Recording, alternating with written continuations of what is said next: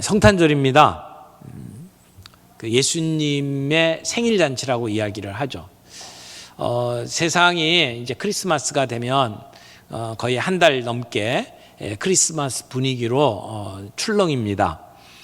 라디오를 틀면 끊임없이 크리스마스 캐롤이 들려오고요. 또 백화점 같은 데 가면 크리스마스 추리가 걸려 있고 분위기가 많은 사람들의 마음을 들뜨게 만듭니다.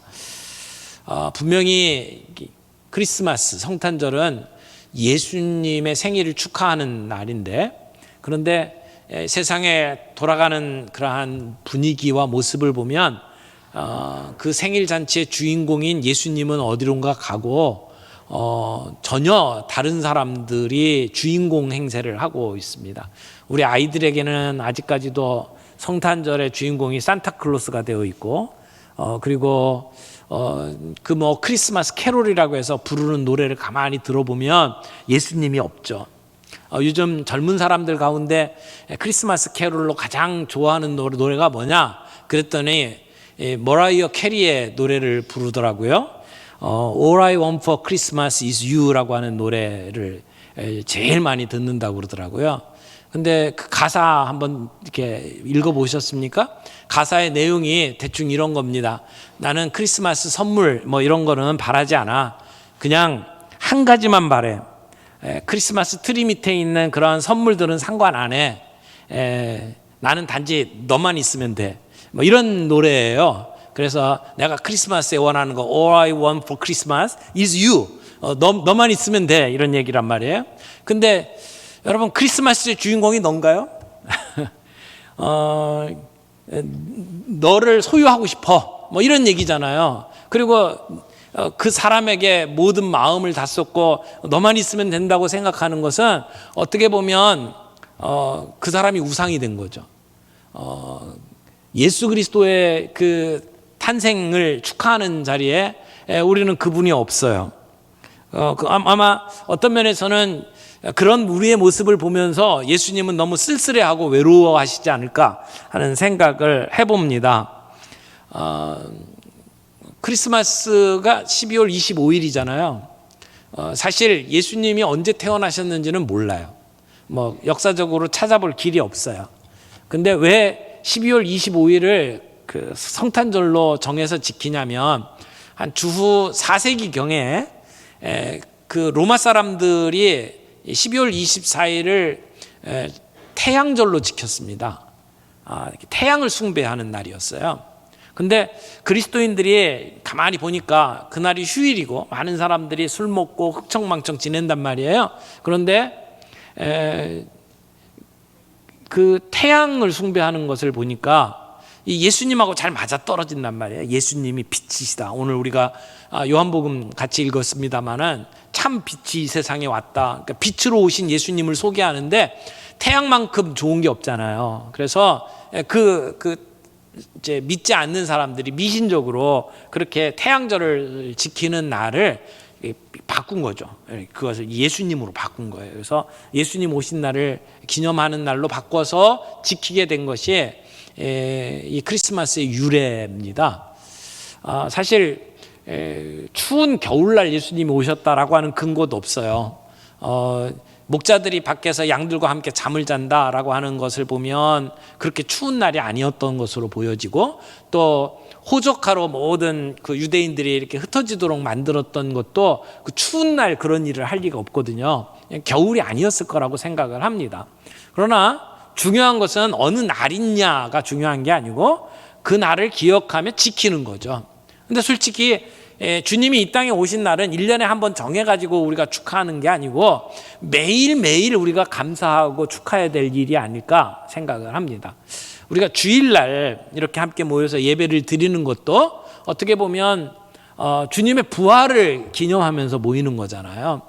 부활절에 우리가 주님의 부활을 축하하는 것만이 아니고 안식일 다음 날 예수님께서 부활하신 것을 기념하며 주일날 함께 모여서 예배를 드리는 것처럼 우리에게도 예수님이 이 땅에 오신 날, 그날을 기뻐하고 축하하는 날이 1년에 한 번이 아니라 우리의 매일의 삶 속에서 일어나는 그러한 시간들이어야 한다라고 생각을 합니다. 어쨌든 크리스마스 주인공은 예수님이어야 합니다. 생일 잔치를 하면 생일 잔치의 주인공이 중요하게 여겨지잖아요. 그리고 모든 사람들이 모여서 축하하고 그 주인공한테 선물을 주고 이것이 생일 축하 아닙니까? 오늘 우리가 우리의 삶에 찾아오신 예수 그리스도 그 주님을 생각하면서 진정으로 마음속에서부터 우러나오는 기쁨을 가지고 메리 크리스마스 그렇게 우리가 이야기할 수 있으면 좋겠습니다. 오늘 우리가 함께 읽은 이 요한복음 1장 말씀은 크리스마스에 대한 이야기입니다. 예수님이 이 땅에 오신 것을 설명하는 그러한 내용입니다. 예수님이 이 땅에 오셨던 사건 자체를 설명하는 건 마태복음하고 누가복음에서 자세히 기록을 하고 있죠. 여러분, 마태는 이제 요셉 이야기가 나오고 동방박사 이야기가 나와요. 그 다음에 누가복음에 들어가게 되면 마리아에게 찾아온 천사 이야기, 그 다음에 세례 요한 이야기, 그리고 목자들의 이야기가 나옵니다. 그래서 크리스마스의 그 당일에 있었던 이야기들은 마태와 누가를 통해서 우리가 이렇게 충분히 이해할 수 있습니다만은 요한복음은 좀 다른 관점에서 예수님의 성탄을 이야기하고 있습니다. 오늘 1장 1절 한번 보세요. 태초에 말씀이 계시니라 이 말씀이 하나님과 함께 계셨으니 이 말씀은 곧 하나님이시니라. 여기 보면 태초를 이야기해요. 그러니까 요한은 태초를 가지고 예수님의 탄생 이야기를 시작을 합니다. 그러니까 전혀 다른 각도죠. 그래서 이 땅에 오신 아기 예수님에 대해서 설명하는 게 공간복음 마태, 마가, 누가의 이야기라고 한다면 요한은 예수님의 신성을 강조하면서 태초부터 계신 말씀, 그분이 예수님이고 그분이 우리의 역사 속에 들어오셨다, 이렇게 소개를 하고 있는 겁니다. 그래서 성탄의 정말 중요한 의미가 뭐냐라고 물어볼 때는 이 본문의 14절을 가지고 설명하는 것이 가장 명확할 거라고 생각을 해요. 자, 1장 14절 같이 한번 읽겠습니다. 시작. 말씀이 육신이 되어 우리 가운데 거하심에 우리가 그의 영광을 보니 아버지의 독생자의 영광이요 은혜와 진리가 충만하더라. 여기 말씀이 육신이 되었다 이렇게 얘기하죠. 말씀이 육신이 되었다. 우리 여기 번역을 말씀이라고 해놨기 때문에 우리가 사람의 입에서 나오는 어떤 말 또는 성경 말씀 이렇게 쉽게 생각하기가 쉽습니다. 근데 사실은 이 말씀이라고 하는 말이 원래 헬라어 성경에 보면 로고스라고 하는 단어를 사용하고 있어요. 로고스. 로고스가 태초에 있었다 이렇게 이야기를 시작을 합니다. 근데 여기서 말하는 이 로고스라고 하는 것은 우리가 그 당시에 사람들이 그 단어를 어떻게 썼는지를 좀 이해할 필요가 있습니다. 요한은 굉장히 상징적인 용어를 많이 쓰고 있어요. 이제 예수님을 소개할 때 빛, 참 빛이 이 세상에 왔다. 빛으로 예수님을 소개하고 또 요한복음 15장에 가면 예수님을 포도나무로 비유를 해요. 포도나무. 이렇게 비유를 해서 상징적인 언어들을 가지고 예수님을 소개를 하는데, 그런데 여러분 예수님이 포도나무라고 해서 포도나무가 예수님은 아니잖아요. 그렇죠? 예수님을 빛이라고 해서 빛이 예수님은 아니잖아요. 그러니까 빛의 어떤 속성을 가지고 예수님을 소개를 하는 거거든요. 포도나무의 어떤 속성을 가지고 예수님을 소개하는 거예요. 여기 말씀, 로고스라고 하는 것도 그 당시에 사람들이 로고스에 대해서 가지고 있었던 어떤 생각들을 가지고 예수님을 소개를 하는 거거든요. 근데 이 로고스라고 하는 것은 그 당시에 많은 헬라 사람들이 너무나 쉽게 말하고 사용하던 단어예요. 그걸 요한이 채택을 해서 좀 소개를 하는 거거든요. 근데 이 헬라 사람들에게서 로고스라고 하는 단어는 신을 가리키는 말입니다. 이 세상을 움직이는 어떤 원리가 있다라고 생각을 했어요.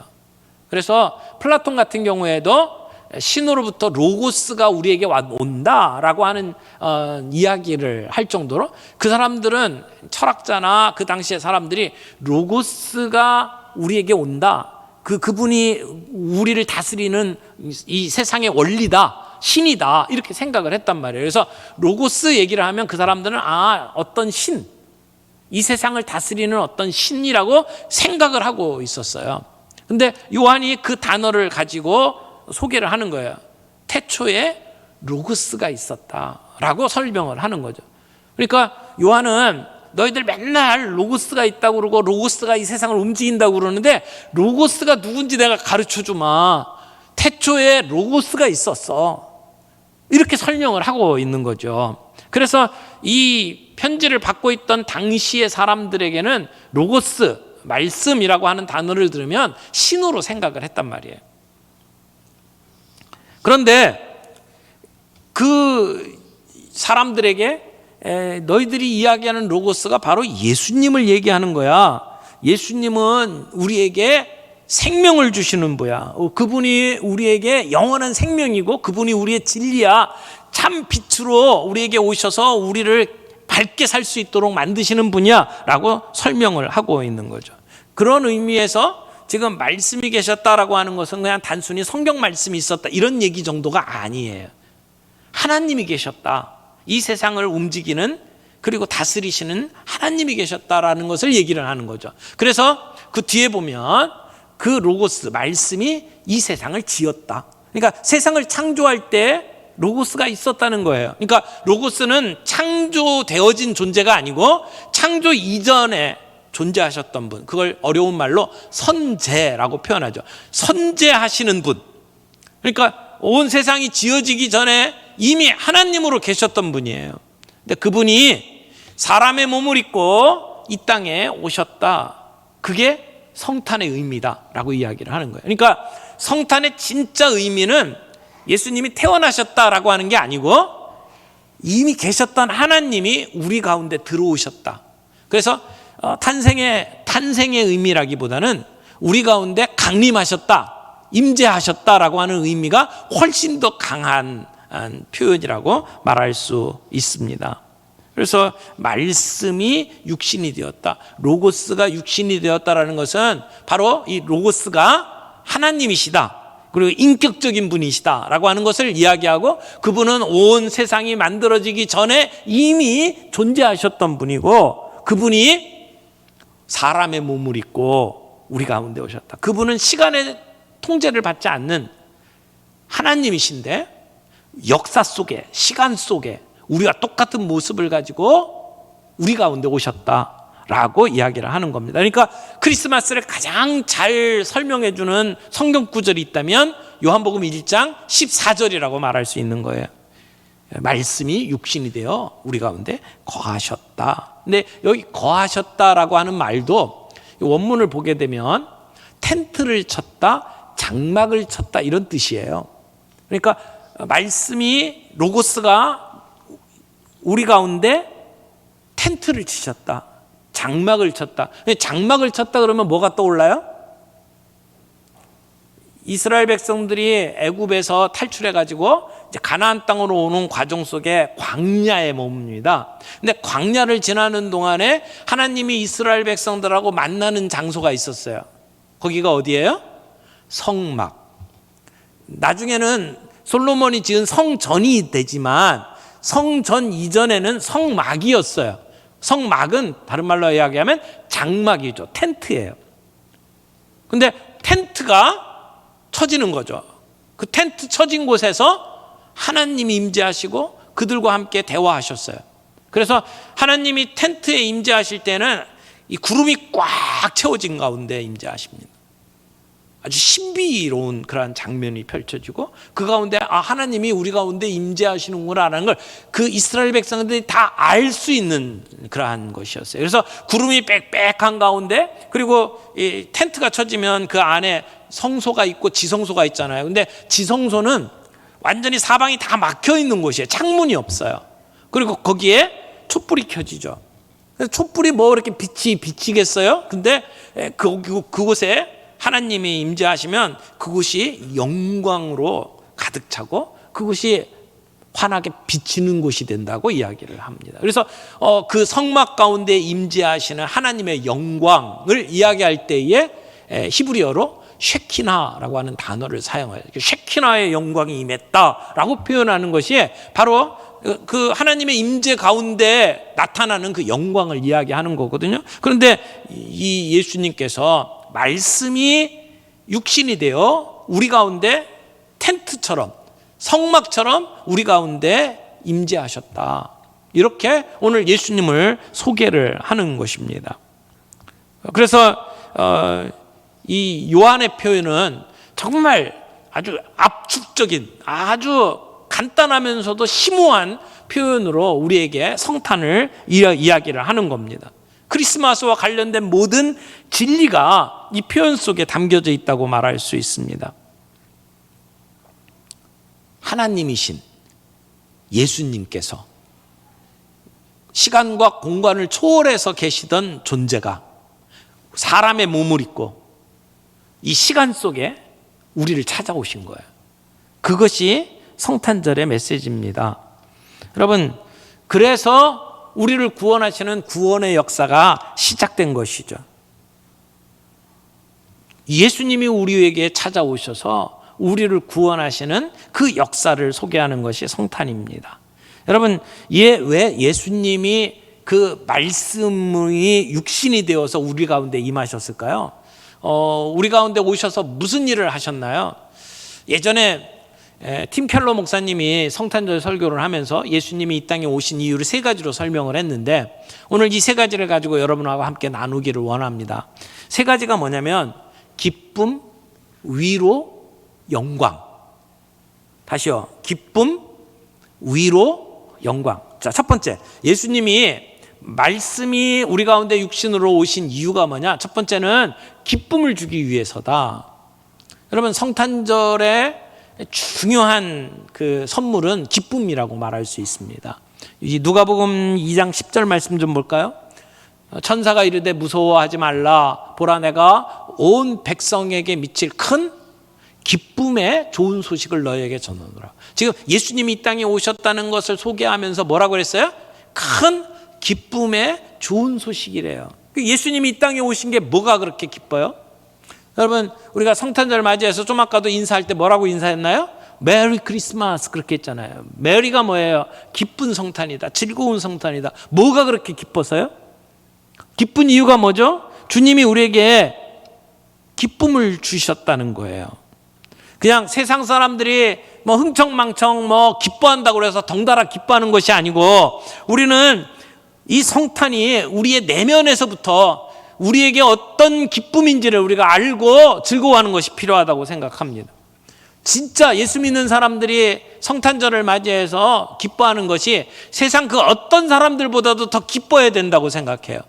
세상 믿지 아니하는 사람들이 1부터 10까지 따지면 기쁨이 얼마나 될까요? 다른 날보다도 성탄절 맞이하면 선물 주고받고 기쁜 날이 한 5 정도 된다면, 우리 예수 믿는 사람은 10 아니면 20 아니 100보다 더 많은 기쁨을 가지고 우리가 즐겨야 되지 않을까요? 근데 왜 기쁘냐? 여러분, 요한에게 있어서 이 기쁨이라고 하는 것이 그리스도인의 삶에 굉장히 중요한 거예요. 요한복음 요한 1서 보십시다. 요한 1서 1장 4절 말씀. 이건 요한이 쓴 편지죠. 근데 거기 뭐라고 이야기하냐면, 이 편지를 쓰는 이유가 뭐냐?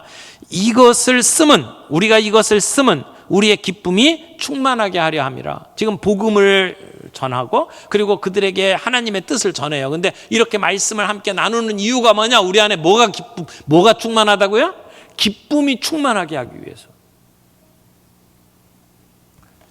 요한복음 6장 22절 말씀도 좀 보겠습니다.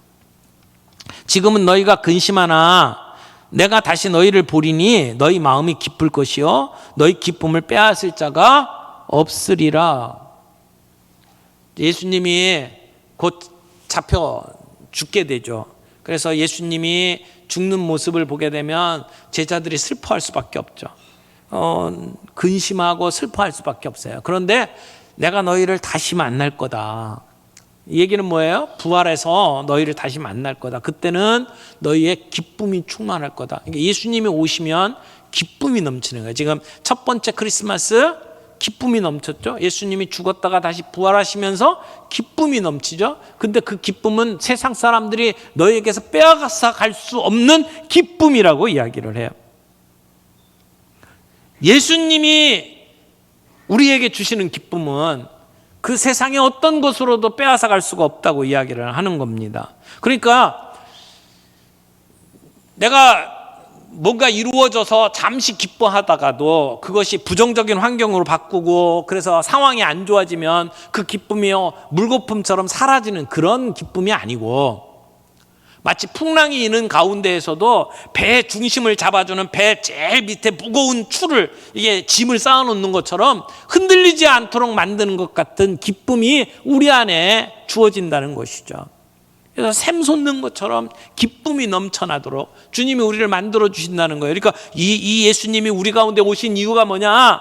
우리에게 그 기쁨이 있도록 하기 위해서다라고 이야기를 하는 겁니다.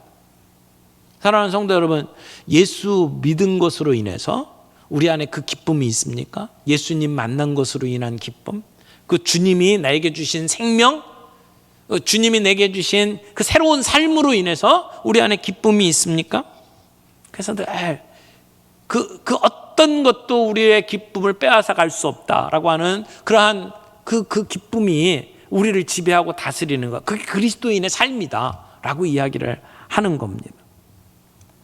사랑하는 성도 여러분, 성탄절을 맞이하는 이 시간에 세상 것들로 인해서 기뻐하는 것 말고 정말 예수님으로 인해서, 그분이 내 삶에 찾아오셔서 나에게 주시는 평안과 만족과 새로운 생명, 그 생명으로 인해서 내 안에 기쁨이 있습니까? 구원의 기쁨과 감격이 있습니까? 이게 복된 삶이죠. 그러면 삶 속에 고난이 있고 조금 슬픈 일들이 있어도 나를 지켜낼 수가 있어요. 주님이 주시는 그 기쁨을 누리고 있기를 바랍니다. 그래서 우리가 성탄절 되면 자주 부르는 노래, 기쁘다 구주 오셨네. 정말 기쁘다 구주 오셨네. 주님이 오신 것 때문에 그렇게 기뻐하면서 찬송을 부를 수 있는 저와 여러분들이 되기를 바랍니다. 두 번째로, 예수님이 이 땅에 오신 것은 우리에게 위로를 주기 위해서 오셨다라고 이야기를 합니다. 위로. 오늘 이 땅은 참 고통으로 가득 차 있습니다. 지금 계속 우리가 접하고 있는 모든 뉴스들을 봐도 우리 안에는 이렇게 짓눌리는 게 있잖아요. 전쟁의 소식들을 듣고 참 세상의 사건들을 바라보면서 우리 안에 슬픔이 있고 고통이 있습니다. 그런데 주님이 우리에게 이 슬픔과 고통 속에 살아가는 우리에게 위로를 주기 위해서 오셨다는 거예요. 어렸을 때 크리스마스 카드 이렇게 참 많이 받아봤는데, 요즘에는 카드를 좀 이렇게 별로 없죠. 다 이렇게 문자로 주고받으니까 그런 어떤 그 크리스마스 카드를 받는 기쁨이 아주 아련한 옛날이 돼버렸는데, 근데 예전에 받았던 크리스마스 카드를 이렇게 생각을 해보면 굉장히 크리스마스를 평안하게 그려요. 막 이게 눈이 막 내리는 추운 겨울날에 유리창 너머에 집안에 난로가 켜져 있고 가족들이 함께 모여가지고 오손도손 이야기하는 그런 정겨운 모습으로 크리스마스를 그리고 있단 말이에요. 근데 예수님이 이 땅에 오실 때의 세상의 모습은 그렇게 평안한 곳이 아니었어요. 생각을 해보세요. 수백 년 동안 외세의 침입을 받고 그리고 고통 속에 있었어요. 그 옛날로 따지면 바벨론부터 시작해서 그 다음에 조금 해방됐다가 헬라의 침략을 받았고, 그리고 그 다음에 지금 예수님이 태어나실 때에는 로마의 통치 아래 있었거든요. 로마가 가는 곳곳마다 점령을 하게 되면 가만두지 않았습니다. 세금을 걷어들이고 그리고 그 사람들을 들들 볶았어요. 로마가 가는 곳에 뭐 평화가 임한다, 그건 로마 사람들이 얘기하는 거고, 그 압제를 당하는 사람들은 얼마나 힘든 시간을 보냈는지 몰라요. 독립운동 하다가 잡히면 다 십자가에 처형당하고 끔찍하게 고문당하고 그런 시간이었습니다. 먹고 살 수가 없는 상황들 있잖아요. 근데 거기다가 로마 사람들이 자기가 직접 다스리질 않고 꼭두각시 왕을 세워놓고 왕이 통치하도록 만들었어요. 그래서 예수님 당시에 다스렸던 왕은 헤롯이었습니다. 근데 헤롯이 얼마나 잔혹하고 난폭한 사람이었습니까? 자기의 정권을 유지하기 위해서 처남들 다 죽이고 심지어 자기 자식까지 죽이는 사람이었잖아요. 그러니까 자기가 죽게 되면 온 세상이 다 슬퍼해야 된다고 생각을 해가지고 자기가 죽는 날 사람들을 붙잡아가고 같이 죽이라고 그랬어요. 그 정도로 끔찍한 왕이었어요. 근데 그런 폭정 속에 그렇게 세금을 뜯기고 살아가던 그들에게 예수님이 찾아오시는 거잖아요. 예수님이 오셔서 머물렀던 곳이 갈릴리 아닙니까? 갈릴리는요 늘 봉기가 일어났던 곳이에요. 그러니까 가장 저항 정신이 강했던 곳. 그래서 많은 사람들이 독립운동을 했어요. 조금만 문제가 생기면 언제든지 봉기가 일어나고, 그리고는 로마가 와가지고 그들을 짓밟고, 그래서 싸우는 것이 그냥 일반적인 일들. 그래서 화약고라고 이야기를 할 정도였습니다. 근데 거기에 예수님께서 이 땅에 오셨단 말이에요. 세상에 평안이 없던 곳이었어요. 근데 예수님이 오셔서 우리에게 어떤 위로를 주신다고 말할 수 있을까요? 여러분, 예수님이 우리 가운데 주시는 위로가 어떤 위로죠? 예수님이 오심으로 말미암아 이 땅의 모든 고통이 사라졌나요? 싸움이 없어졌나요? 그렇지 않아요. 오늘도 우리들의 삶 속에 얼마나 힘든 일들이 많이 일어납니까? 전쟁으로 인해서 우리 직접 전쟁을 겪고 있지는 않지만 우리가 겪고 있는 힘든 일들이 얼마나 많습니까? 그런데 전쟁을 치르고 있는 당사자들은 어떻겠어요? 세상에는 그런 고통이 없어지지 않았어요. 그런데도 주님이 이 땅에 오신 것이 우리에게 위로래요. 그러면 그 위로는 어떤 위로인가요? 도대체 예수님은 이 땅에 우리의 모든 근심, 고통을 없애주시지 못하고 오늘 우리에게 어떤 위로를 주신다고 말씀을 하는 걸까요? 예수님이 주신 위로를 이렇게 생각을 해보면 이 얘기를 할 수밖에 없어요. 무슨 얘기냐면요, 예수님이 사람의 몸을 입고 이 땅에 오신 것 자체가 예수님에게는 고난이에요. 여러분, 내가 누리던 삶을 다 내려놓고 밑바닥으로 내려가는 게 고난이죠. 근데 시간과 공간에 구애를 받지 않던 창조주 하나님께서 사람의 몸을 입고 이 땅에 태어나셨어요. 그것도 여자의 몸을 통해서 갓난아이로 태어나셨잖아요. 아무것도 할 수 없는 존재로. 그게 예수님에게는 엄청난 고난이었을 거예요.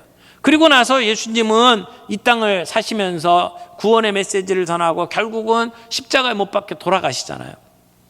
근데 예수님이 당했던 고난, 이 세상에 성육신 앞에서 태어난 것부터 시작해서 십자가에 못 박혀 돌아가실 때까지의 삶 자체가 다 고난이죠.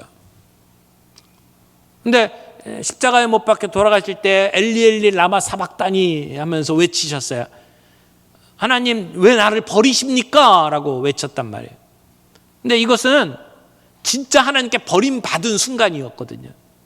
지옥으로 떨어지는 정말 힘든 시간이었거든요. 팩트예요. 예수님이 혼자만 느끼고 있던 감정이 아니에요. 우리는 하나님이 나를 버리셨는가 보다, 이 고통 가운데 하나님은 어디 계시냐 우리가 질문을 하지만 그건 하나님이 우리를 버린 게 아니죠. 그건 우리가 가지고 있는 감정일 뿐이에요. 근데 예수님은 정말 하나님의 버림을 받고 그리고 십자가에 죽으셨어요. 예수님은 인간이 겪을 수 있는 고난 가운데 가장 큰 고통을 겪으신 분이란 말이에요. 그리고 우리에게 그 고통을 이겨나갈 수 있도록 함께 해 주시겠다고 약속을 하셨어요. 여러분, 우리가 고통 가운데 있을 때 내 고통을 이해해 주는 사람을 만나면 위로를 받아요. 그렇죠? 나는 고통이 10이라고 생각을 하는데 내 옆에 있는 사람은 야, 그 고통도 아니야, 고통도 아니야 이러면서 그 나를 이해를 전혀 못 해주면 마음에 상처받죠. 우리 아들은 대학에 못 들어가고 이수, 재수, 삼수 하는데 나한테 위로하겠다고 온 사람은 아들이 덜컥 서울대학 입학한 사람이에요. 와가지고는 괜찮아, 하나님의 뜻이 있을 거야. 그러면 위로가 되나요? 부하만 돋죠. 승질나죠. 근데 그 집 아들이 삼수가 아니라 십수하고 있어요. 와가지고는 나를 위로하면 내 심정을 알 거 아니에요. 그렇잖아요. 지금 우리 집안의 상태를 나보다도 더 많이 알 거 아니에요. 거의 십수까지 했으니까. 그래서 그 사람이 위로하면 내게 위로가 된단 말이에요. 나보다 더 아픈 상황, 아픈 고통을 겪고 있는 사람이 와가지고 나를 위로하면, 그러면 그게 내게 위로가 된단 말이에요. 예수님이 이 땅에 오셔서 우리 인간으로서 겪을 수 있는 최고의 고통을 당하신 분이에요. 그 고난을 겪으신 분이 우리와 함께 하신단 말이에요. 그리고 우리를 위로해 주시면 그게 진짜 위로가 될 수밖에 없단 말이죠. 근데 그걸로 끝나는 게 아니고 우리로 하여금 그 고난을 이겨갈 수 있는 힘을 주신다고요. 그리고 언젠가 끝에 가서는 우리로 하여금 그 모든 고통을 끝내게 해주시는 분이란 말이에요. 그러니까 그 주님이 우리에게 위로가 될 수밖에 없죠. 오늘 이 성탄에 오신 주님, 그 주님이 우리 가운데 그런 위로를 주기 위해서 오셨단 말이에요. 이 세상이 다 고통 속에 있습니다. 로마서 8장 22절에 보니까 피조물이 다 이제까지 함께 탄식하며 함께 고통을 겪고 있는 것을 우리가 아느니라. 맞습니다. 우리 안에 고통이 있어요. 힘든 일이 있어요. 탄식합니다. 그럴 때 하나님은 어디 계십니까? 예전에 필립 얀시가 내가 고통당할 때 하나님은 어디 계십니까? 라고 하는 책을 썼는데, 우리가 그렇게 질문을 던지잖아요. 나 힘들고 어려울 때 하나님 어디 계십니까? 하나님은 어디 계셔요? 우리와 함께 계시죠. 와서 우리가 똑같은 고난을 겪으셨어요. 우리와 같은 힘든 일들을 당하셨어요. 그리고 우리를 옆에서 붙들고 우리로 그 고통을 이겨나갈 수 있도록 힘을 주시는 분이란 말이에요. 그래서 우리가 위로를 얻는단 말이에요. 우리가 상처 입은 치유자 그런 얘기 하잖아요. 상처받은 사람이 그 똑같은 상처받은 사람을 위로할 수 있다고요. 주님은 우리의 고통을 모르시는 분이 아니에요. 저 높은 곳에 계셔서 우리하고 전혀 상관없는 삶을 사는 분이 아니라 우리의 몸을 입고 이 땅에 오셔서 우리의 아픔, 우리의 고통, 우리의 슬픔을 다 겪어주신 분이에요. 그분이 우리를 붙들고 계시단 말이에요. 그리고 우리로 하여금 그 고통을 이겨나갈 수 있도록 만드시는 거죠. 우리 주님의 모습은 그렇게 화려하고 멋진 모습은 아니에요. 예수님 이 땅에 계셔서 사신 그 시간이 한 33년 정도 되잖아요. 33년이면은 청년이잖아요. 젊은 분인데, 근데 예수님을 바라보고 유대인들이 뭐라고 얘기했냐면 이제 50밖에 안 된 네가, 이렇게 표현을 한단 말이에요. 그러니까 예수님은 젊은 모습이 아니라 노인네 같은 모습을 가지고 사셨어요. 이사야가 그 모습을 이렇게 설명하죠. 이사야서 53장 3절에 보니까 그는 멸시를 받아 사람들에게 버림받았으며 간고를 많이 겪었으며 질고를 아는 자라. 사람들이 그에게서 얼굴을 가리는 것 같이 멸시를 당하였고 우리도 그를 귀히 여기지 아니하였도다. 사람들이 귀하게 여기지 아니하는 모습으로 사셨단 말이에요. 벌레 취급을 했단 말이에요. 여러분, 우리 그리스도인들의 모습이 이 세상에서 뭐 정말 멋지게 잘 살고 이런 모습은 아니지만, 저는 우리들의 모습 속에서 사람들이 예수님이 우리에게 주시는 그런 위로를 우리를 통해서 세상이 받을 수 있다고 믿습니다. 별 볼일 없는 것 같지만 그 속에서 우리에게 주시는 위로가 있단 말이에요.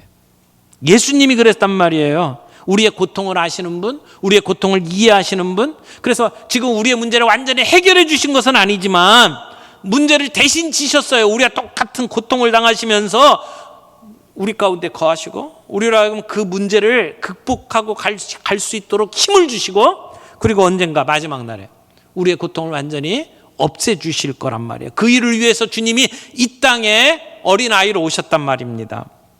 그래서 주님은 우리를 너무나도 잘 아시는 분, 너무나도 이해하시는 분, 우리를 위로하기 위해서 이 땅에 오셨다는. 세 번째, 예수님 우리에게 영광을 바라보게 하기 위해서 육신이 되셨습니다. 여기 14절 말씀 다시 한번 볼까요?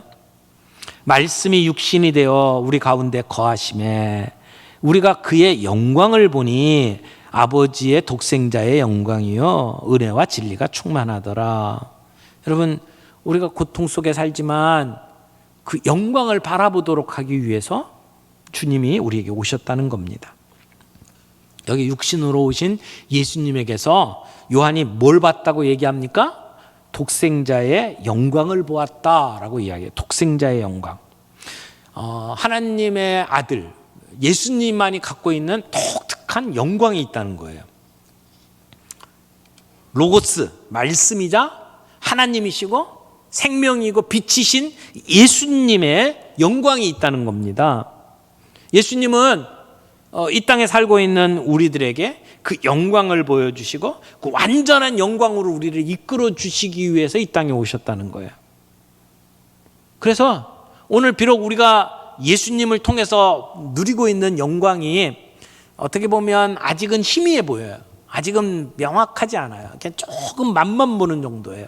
그러나 언젠가는 완벽한 영광 속에 우리를 이끄실 거예요. 그래서 우리는 소망을 갖게 되는 거예요. 크리스마스가 우리에게 소망을 주는 이유가 뭐예요?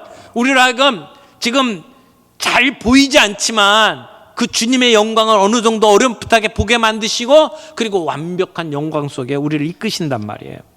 아까도 우리 가운데 거하신다 할 때 그 거한다는 게 텐트를 친다라고 표현을 했잖아요.